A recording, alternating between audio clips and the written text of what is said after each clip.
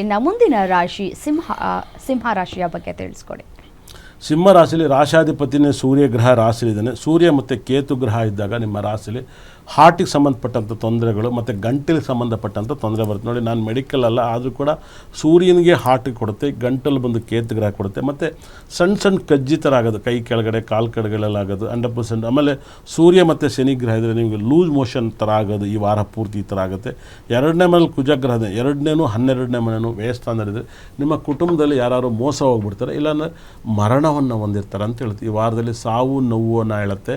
ಇಲ್ವಾ ಯಾರಿಗಾರು ದುಡ್ಡು ಕೊಟ್ಟು ಕಳ್ಕೊತಾರೆ. ಈ ವಾರದಲ್ಲಿ ಯಾರೇ ಸಾಲ ಕೇಳಿದ್ರು ದಯವಿಟ್ಟು ಕೊಡಬೇಡಿ. ಈ ವಾರ ಕಳೆಯೋವರೆಗೂ ನೀವು ದಯವಿಟ್ಟು ಕೊಡಬೇಡಿ.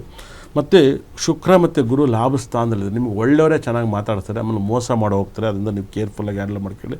ನಿಮಗೆ ಸಪ್ತಮಾಧಿಪತಿ ಕುಜ ಶನಿಗ್ರಹ ಅಷ್ಟಮ ಸ್ಥಾನದಲ್ಲಿದ್ದಾಗ ನಿಮ್ಮ ಫ್ರೆಂಡ್ಶಿಪ್ಪು ನಿಮಗೆ ಮೋಸ ಮಾಡ್ತಾರೆ. ಇಲ್ಲ ನೀವು ಕಟ್ಕೊಂಡು ಗಂಡ ಹೆಂಡತಿ ನೀವು ತುಂಬ ಕಿತ್ತಾಡ್ತೀರ. ನೀವು ಕಿತ್ತಾಡ್ದಿಂದ ನೀವು ಕಮ್ಮಿಯಾಗಿ ನಿಮ್ಮ ಮನೆಯಲ್ಲಿ ಕಿತ್ತಾಡಬಾರ್ದು. ಅಂದರೆ ನಿಮ್ಮ ಮನೆಯ ಶಾಂತಿಗೊಳಿಸ್ಬೇಕು ಅಂದರೆ 100% ನಿಮ್ಮ ಮನೆಯಲ್ಲಿ ಒಂದು ಮನೆಯನ್ನು ನೆಮ್ಮದಿಡುವಂಥ ಒಂದು ಕಲ್ಲಿರುತ್ತೆ. ಆ ಕಲ್ಲನ್ನು ತಗೊಂಡೋಗಿಡಿ, ಖಂಡಿತಲ್ಲೂ ಕೂಡ ಅದು ತುಂಬ ಒಳ್ಳೆಯದಾಗುತ್ತೆ. ಅದೇ ರೀತಿಯಲ್ಲಿ ನಿಮ್ಮ ಮನೆಯ ಶಾಂತ ರೀತಿಯಲ್ಲಿಡುವಂಥ ಶನಿಗ್ರಹದ ಕಲ್ಲನ್ನು ಕೂಡ ಸಿಗುತ್ತೆ. ಅದು ಮನೆಗಳಲ್ಲಿ ಇಡೋದು 100% ಸಣ್ಣ ಸ್ಟೋನನ್ನು KG-ಗಟ್ಟಲೆ ಇಡಬೇಕು. ಇಲ್ಲ ಒಂದೇ ಕಲ್ಲನ್ನ ರಫ್ ಕಲ್ಲನ್ನ 1.5 kg 2 kg ಇಡಬೇಕು. ಇವು 2 kg ನಿಮ್ಮ ಮನೇಲಿ ಇಡ್ತಾಗ ಲೈಫ್ ಲಾಂಗ್ ನಿಮ್ಮಲ್ಲಿ ಜಗಳಗಳು ಬರಲ್ಲ. 100% ಇದು ತುಂಬ ಪ್ರಾಬ್ಲಮಿಂದ ನೀವು ಆಚೆ ಬರುತ್ತೆ. ಈ ವಾರದಲ್ಲಿ ಮನೆಯಲ್ಲಿ ಆರೋಗ್ಯ ಸಮಸ್ಯೆ, ಸಾವು ನೋವುಗಳನ್ನ ಕಾಣ್ತೀರ. ಆದರೆ ಲಾಭಕ್ಕೇನು ತೊಂದರೆ ಇಲ್ಲ. ಆದರೆ ನೀವು ಲಾಭವನ್ನು ನಷ್ಟವನ್ನು ಮಾಡ್ಕೊಬೇಡಿ. ಯಾರಿಗಾರು ಕೊಟ್ಟು 100% ಸುಮ್ಮನೆ ನೀವು ಕೊಟ್ಟು ಸಿಗಾಕ್ಕೊಬೇಡಿ. ತುಂಬ ಕೇರ್ಫುಲ್ಲಾಗಿ ಹ್ಯಾಂಡಲ್ ಮಾಡ್ಕೊಳ್ಳಿ ಅಂತ ಸಿಂಹ ರಾಶಿಯವ್ರಿಗೆ ಹೇಳ್ತೀನಿ. ಓಕೆ, ಸಿಂಹ ರಾಶಿಯ ಬಗ್ಗೆ ನೀವು ಸ್ವಲ್ಪ ಈ ಸಾವು ನೋವು ಬಗ್ಗೆ ಹೇಳಿದಂತಹ ಸಂದರ್ಭದಲ್ಲಿ ನಿಜಕ್ಕೂ ಕೆಲವರಿಗೆ ಆತಂಕಗಳು ಕೂಡ ಆಗುತ್ತೆ. ಅದು ಆಗದೇ ಇರುವ ರೀತಿಯಲ್ಲಿ ಏನಾದರೂ ಮುಂಜಾಗ್ರತಾ ಕ್ರಮವನ್ನು ತೆಗೆದುಕೊಳ್ಳಬಹುದಾ ಅಂತ ಹೇಳಿ.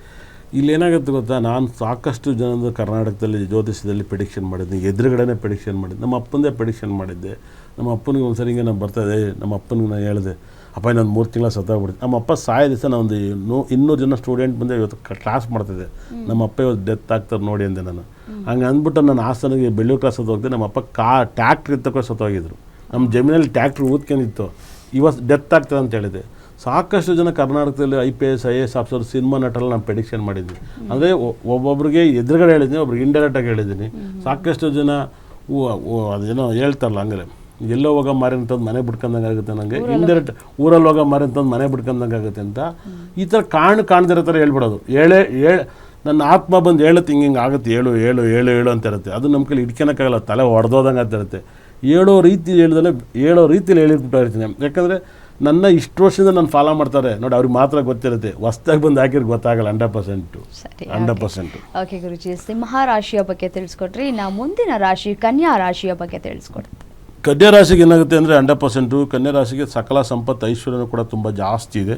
ಅಷ್ಟ ಐಶ್ವರ್ಯನೂ ಕೂಡ ನಿಮಗಿದೆ. ಆದರೆ ಕುಜನು ಮತ್ತು ಚಂದ್ರನಿದ್ದಾಗ ಕೋಪ, ಜಗಳದಿಂದ ಇವೆಲ್ಲವೂ ಕೂಡ ಬಗೆಹರಿತಾ ಹೋಗುತ್ತೆ. ಒಬ್ಬೊಬ್ಬರಿಗೆ ಎರಡು ಇದ್ದಾಗ ಕ್ರಿಮಿನಲ್ ಕೂಡ ಸಾಫ್ಟ್ ಆಗಿರ್ತಾನೆ 100%. ಒಂದೊಂದ್ಸರಿ ಕ್ರಿಮಿನಲನ್ನು ಪತ್ತೆ ಮಾಡೋಕ್ಕಾಗಲ್ಲ. ಮಾಡೋರಿಗೆ ತುಂಬ ಕ್ರಿಮಿನಲ್ ನೋಡಿದಾಗ ಗೊತ್ತಾಗುತ್ತೆ. 2-3 ಸರಿ ಹಳೆ ಕ್ರಿಮಿನಲ್ ಆದರೆ ಗೊತ್ತಾಗ್ಬಿಡುತ್ತೆ, ಹೊಸ ಕ್ರಿಮಿನಲ್ ಗೊತ್ತಾಗಲ್ಲ. ಶನಿ ಮತ್ತು ಕುಜಗ್ರಹ ತುಂಬ ವೈಬ್ರೇಷನ್, ಅವರಿಬ್ಬರು ಒಟ್ಟಿಗೆ ಇದ್ದಾಗ ಸಕಲ ಸಂಪತ್ತು ಐಶ್ವರ್ಯನ ಕೊಡ್ತಾನೆ. ಯಾವತ್ತೂ ಕೂಡ ತುಂಬ ದೊಡ್ಡ ಶ್ರೀಮಂತರುಗಳೆಲ್ಲ ಕುಜ ಮತ್ತು ಶನಿ ಗ್ರಹ ಇದ್ದಾಗಲೇ. ಯಾಕಂದರೆ ಶನಿಗೂ ಕುಜನೂ ಸಖತ್ ವೈಬ್ರೇಷನ್, ಸಕಲ ಸಂಪತ್ತು ಐಶ್ವರ್ಯವನ್ನು ಭೂಮಿ ಸಂಪಾದನೆ ಮಾಡೋದು ಕುಜಗ್ರಹ.